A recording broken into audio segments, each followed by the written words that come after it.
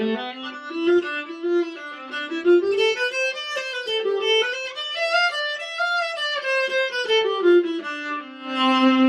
everyone, it's so nice to see you again.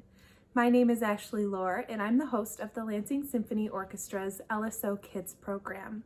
As an LSO kid, you have the opportunity to hear from Lansing Symphony musicians and their instruments, hear a story read from a local celebrity music teacher, and get to learn a fun activity that you can do at home. My first guest is Brittany, and she has a massive instrument to share with us today.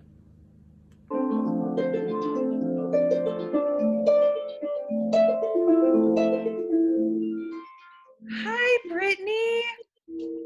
Hi there. How are you? Oh, I'm so good. It's so nice to see you. I didn't want to interrupt you. That sounded so gorgeous. How are you today? I am doing very well. I'm here at home practicing away just like everyone else. I can see that for sure. I'm wondering, that's such a beautiful instrument. What is it and what family of instruments is it from? Yes, this is called a harp, and a lot of people kind of argue over which family it should be a part of. It's really interesting because we have more strings than the string family, but we don't put the harp in the string family. And we don't hit instruments like the percussion family, but sometimes they like to put the harp in the percussion family. So I like to say harp and piano kind of make its own little family. That's so neat. I've heard that argument before. Is it string? Is it percussion? As long as you don't call it brass or woodwind, right? That's right. So what is it made out of? It is made out of mostly wood, but there are a lot of hidden parts to the harp that we don't really see. So the soundboard is made out of spruce and various different parts of wood for the remainder of the harp, some harder woods in order to keep the strength because it requires a lot of strong support to hold up all the tension from the strings. There's also the different strings, and the strings are made out of 3 different materials as well. The lowest strings are made out of wire. The middle strings are made out of gut, a gut product from cows. And the upper strings are made out of nylon. Hidden inside the harp, the part that you can't see, is a lot of metal work. So up here, the shiny part here is all brass and metal. Neat. So I was trying to figure out, what were you doing when you were playing it? Like, it looked like you were touching the strings, but maybe you were doing something a little bit more fancy. Yeah, we actually kind of pull the string a little bit with the tips of your fingers. And when you pull on a string, it makes the string vibrate, which causes the sound. Just like that. The lower strings will vibrate a long time. And it'll go on and on and on until we stop it. The higher strings only make a little bit of noise, and then it kind of fades away. I see that the strings have different colors on them. Is there a reason for that? Yes, it's so that I can find my way around. If all this, we have 47 strings on a concert harp. So if they were all the same color, I would get really lost and I wouldn't know which string to play. And so they colored them in order to help us navigate. So the red strings are C's, just like on any other instrument. We name them the same letters of the musical alphabet. So the red strings are C's, the black strings are F's, and then we just kind of guess at the ones in between. Cool. That reminds me a lot of the xylophones that I have in class. We have C's, we have F's, and then we have a lot of letters in between there too. Exactly. So I'm wondering, with your harp, what are some of the highest sounds and some of the lowest sounds you can play? Yeah, so the lowest string on this harp is the C that is 3 octaves below middle C. or 2 octaves below the bass staff. So you get a really, really low sound. It doesn't have a whole lot of pitch because the string is so big and wobbly, it's really hard to hear that pitch. Now here's something that's exciting is the harp is one of the newest instruments. It's one of the oldest instruments, but also one of the newest instruments. And just, I think 2 years ago, they built a harp to add 1 more string. And so they put a B string on the very, very bottom. I don't know why they felt it was necessary, but somebody did. So they built a whole harp totally differently. It was a little bit bigger so that we could add 1 more string. So it's still changing and still developing. Wow, that sounds like a lot of work for just 1 string, but it must be a very important one. To that person at least. And then on the upper range of the harp, we have a G. That's so many strings to keep track of. I'm wondering, can you maybe play something fast for us on those strings? I'd love to.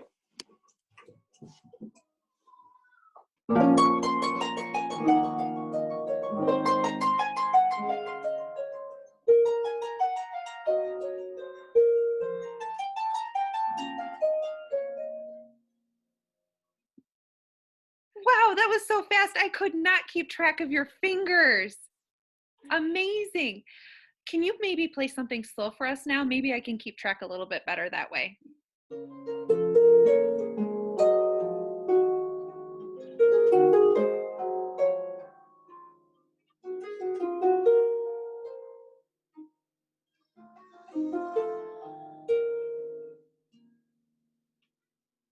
Beautiful. I noticed that the sounds of the different examples that you just played for us, they sounded like they could almost go together. I'm wondering, could you maybe play the fast sounds and the slower sounds together and maybe even throw in some dynamic or volume changes too? Yeah, I'd love to. And you were 100% correct. These 2 little examples are from a piece called Pasacaya by Handel.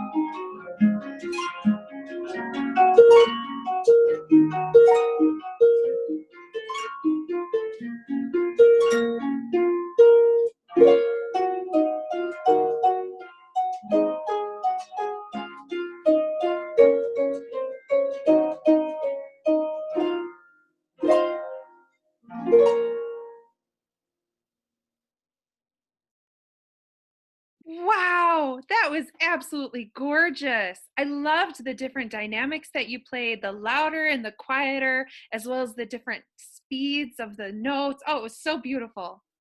Thank you.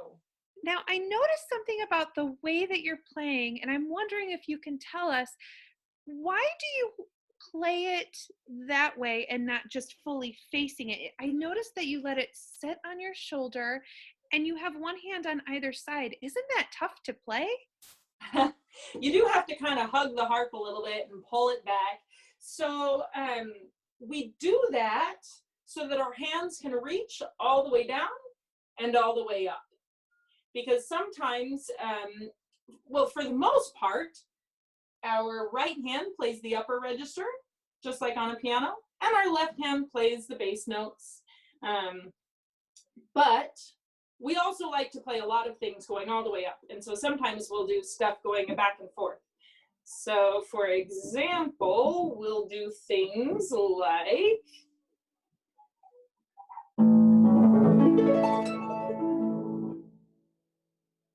Oh, that's a sound that I've heard before. yep. So I'm wondering, how old were you when you started to play the harp, and what inspired you to play? I started playing the harp when I was 8 years old. My family was always very musical, and I first started with piano at age 6. And then when we were 8, as a family rule, we were allowed to pick an instrument. Also, we were required to pick an instrument. So I told my mom I wanted to play the harp. And she did a little bit of research and found out that they're really expensive. So she told me no. And I begged her and begged her and begged her. And eventually I wore her down, and she rented me a harp at first, hoping I would get over it and pick something a little cheaper. But I didn't. And now I play the harp for my job. Do you spend a lot of time practicing it then to, help make your mom feel better? Yes, I practice usually at least an hour every day now. When I was in school, I did anywhere between 2 hours to 6 hours a day. What is your favorite part of playing with a symphony? I love playing with the symphony, actually, and I love it because you get to be a part of something that is bigger than what you can create on your own. I love all the different colors of sounds that are brought together and what it creates when we all work together to make something beautiful. I'm wondering, do you have another piece that you could play for us? Yes, I do. I figured, since this is for kids and we've all been stuck at home, probably watching more TV than we should, I would pick a song that you guys might know and recognize. So my children have been watching a whole lot of Frozen too. And this song is All Is Found from the movie. I listened to it and wrote my own arrangement of it. So I hope you enjoy this.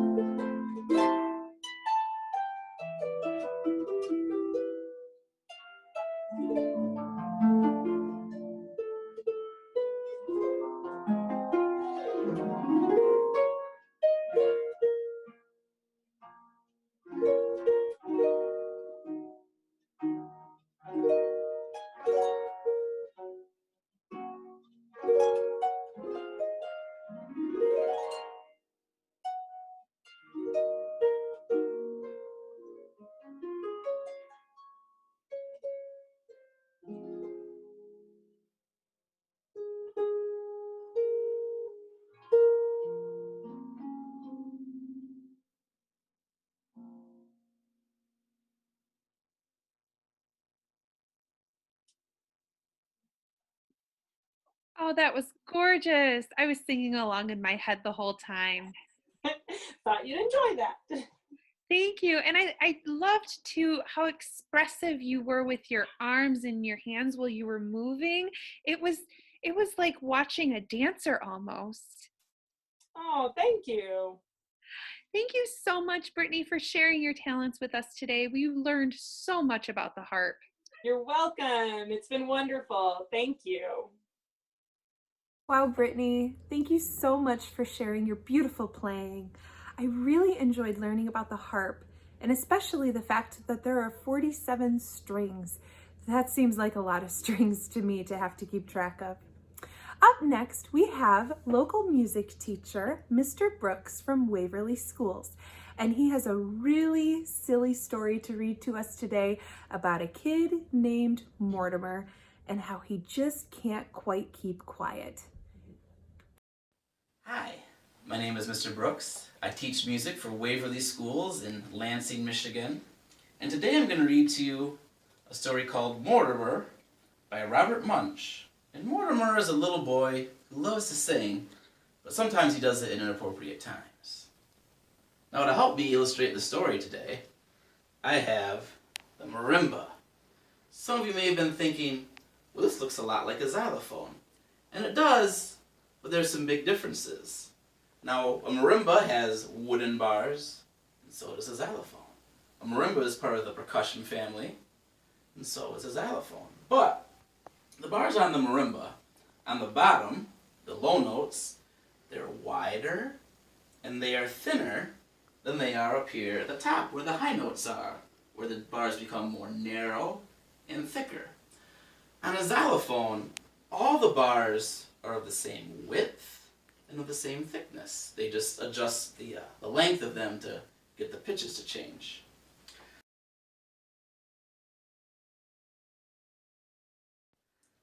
Mortimer by Robert Munch. One night, Mortimer's mother took him upstairs to go to bed.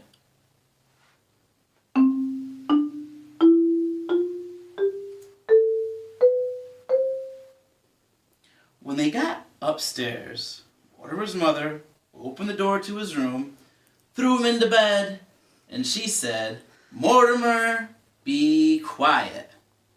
And Mortimer shook his head yes. The mother shut the door, then she went back down the stairs.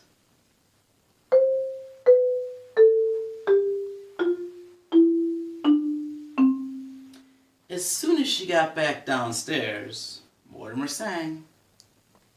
Clang, clang, rattle, bing, bang, gonna make my noise all day. Clang, clang, rattle, bing, bang, gonna make my noise all day. Mortimer's father heard all that noise, and he came up the stairs.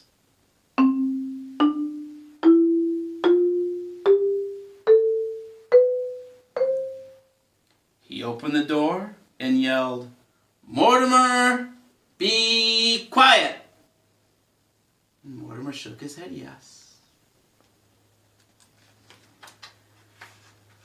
The father went back down the stairs.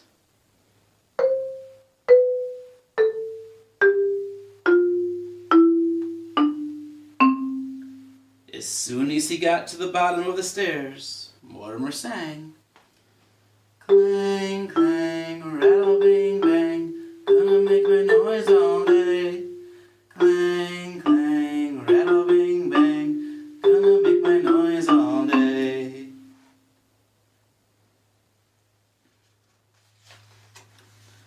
All of Mortimer's 17 brothers and sisters heard that noise, and they came all up the stairs. It's gonna sound a little different, I think.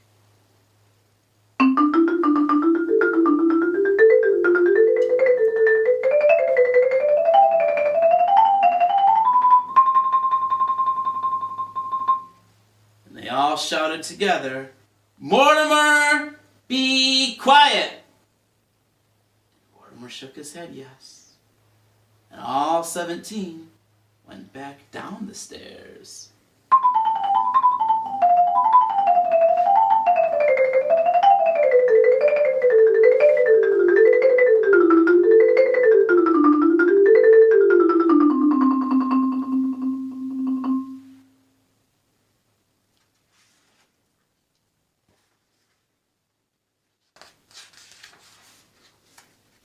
As soon as they got to the bottom of the stairs, Mortimer sang.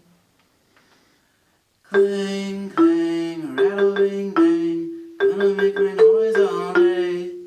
Clang, clang, rattle, bing, bang, gonna make my noise all day.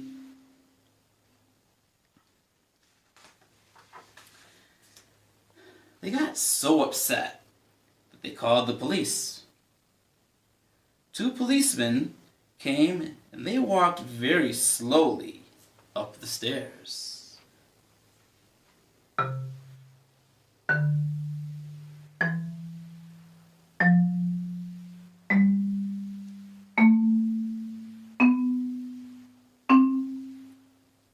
They opened the door, and in very deep policeman-like voices, they said, "Mortimer, be quiet."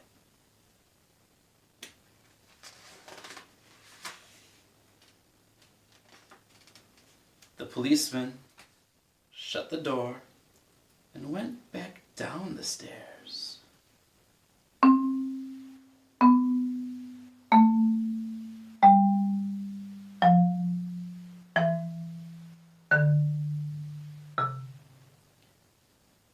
As soon as they got to the bottom of the stairs, Mortimer sang.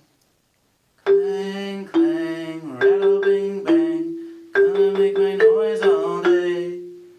Clang, clang, rattle, bing, bang, gonna make my noise all day.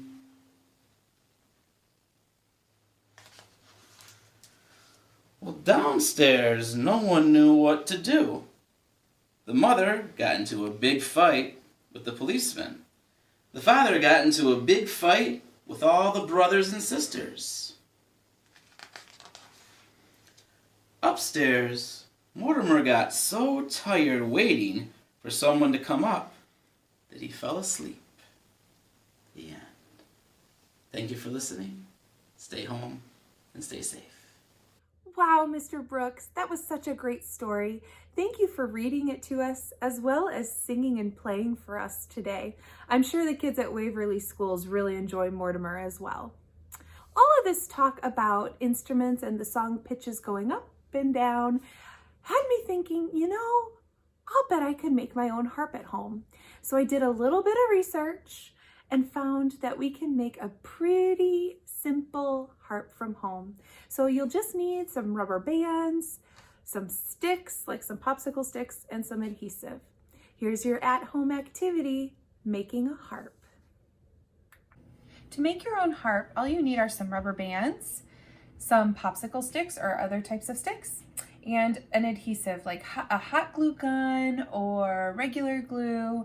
It just depends on what you have at home. Now, what you want to do is you want to first start by making your frame. And we heard Brittany talk a lot about the frame on her harp and how it helps hold the strings in their spots. So it's important that when we make our frame, that our frame is strong so that we can hold on to our strings really well.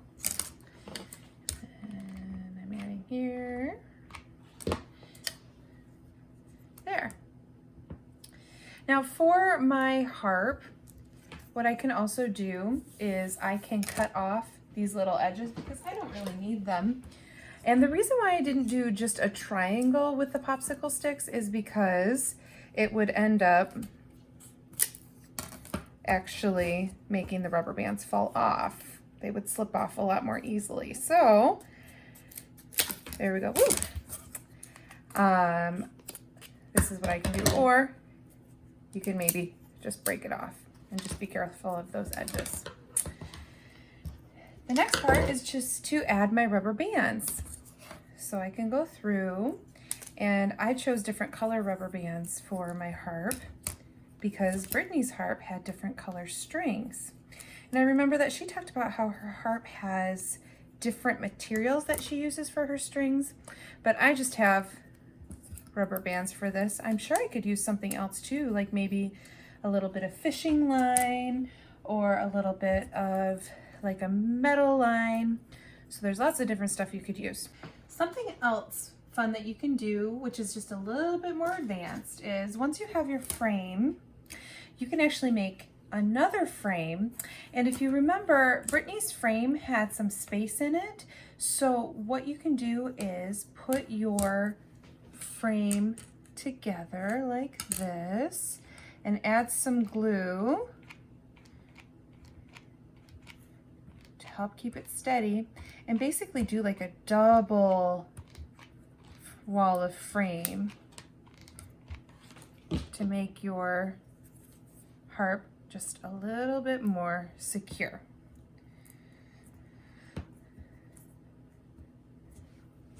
So then we can let that dry. Once it's dry, you can play on your harp.